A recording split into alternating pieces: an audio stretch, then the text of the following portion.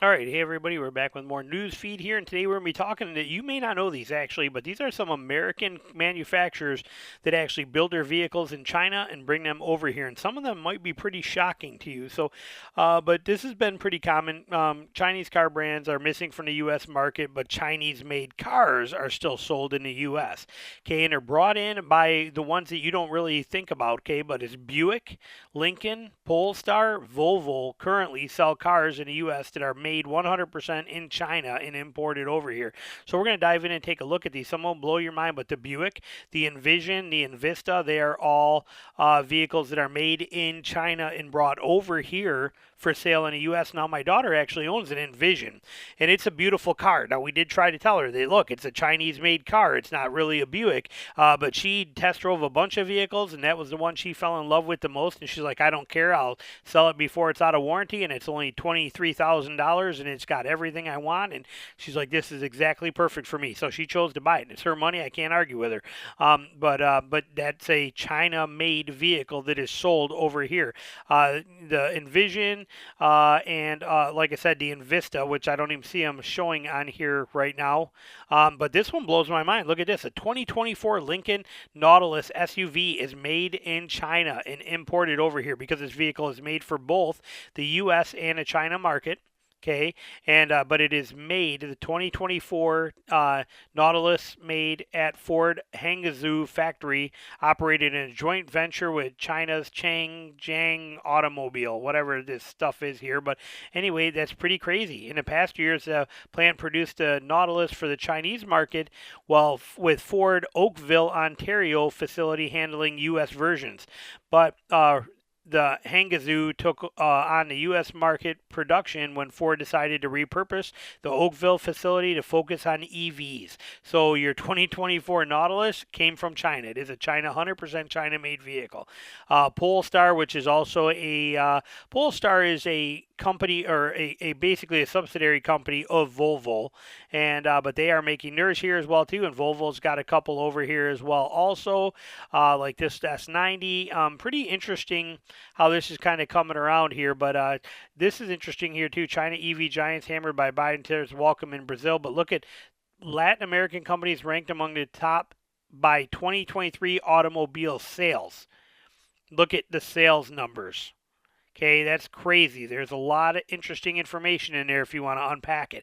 But we're going to move on quicker here because we're still talking about these.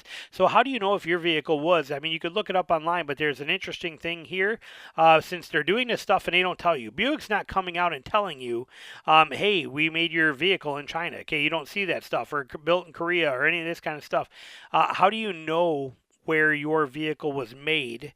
Well, there's ways that you can do it based on a VIN number. Okay, so this article is going to tell us down here. We're going to go through it a little bit, wiggle through here.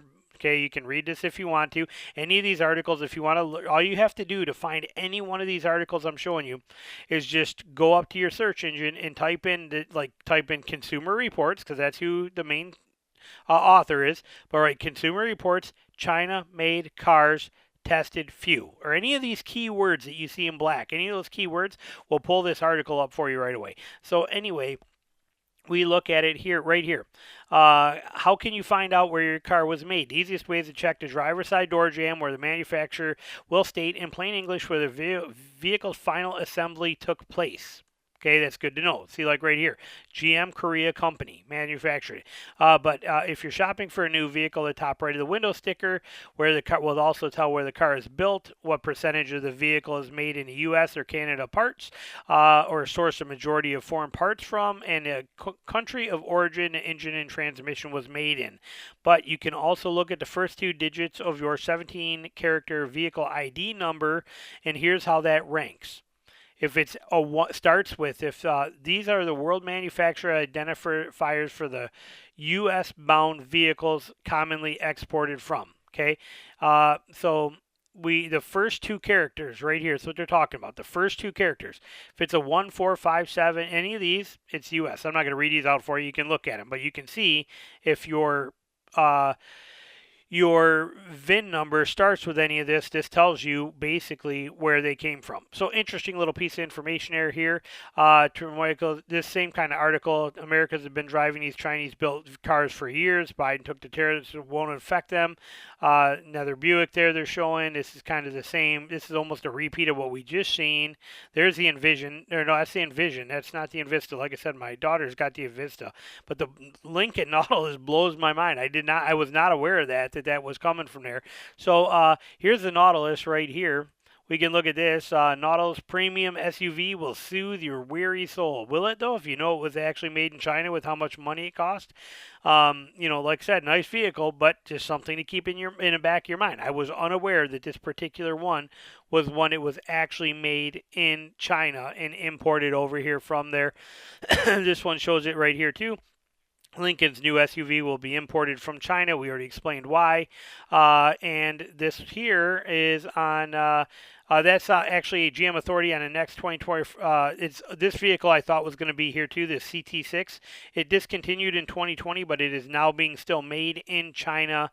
That's where it's going to be there. What was this one? This was about how when in Chinese cars could affect the U.S. market. I was just reading this. This is just one that I was reading in the background. But we know that they're coming. We know that these things are going to be here. I've already did a video on that. They're coming in, and it's just going to be an ugly mess. Here's what it's going to be. But the interesting part of this was that we are already driving these, and they are already being brought in from our manufacturers. Okay, our manufacturers, our companies are already pulling these vehicles in. Ford and GM and Volvo. Okay, already importing these vehicles in. Kind of mind-blowing, but something to think about, especially if you're looking at one of these.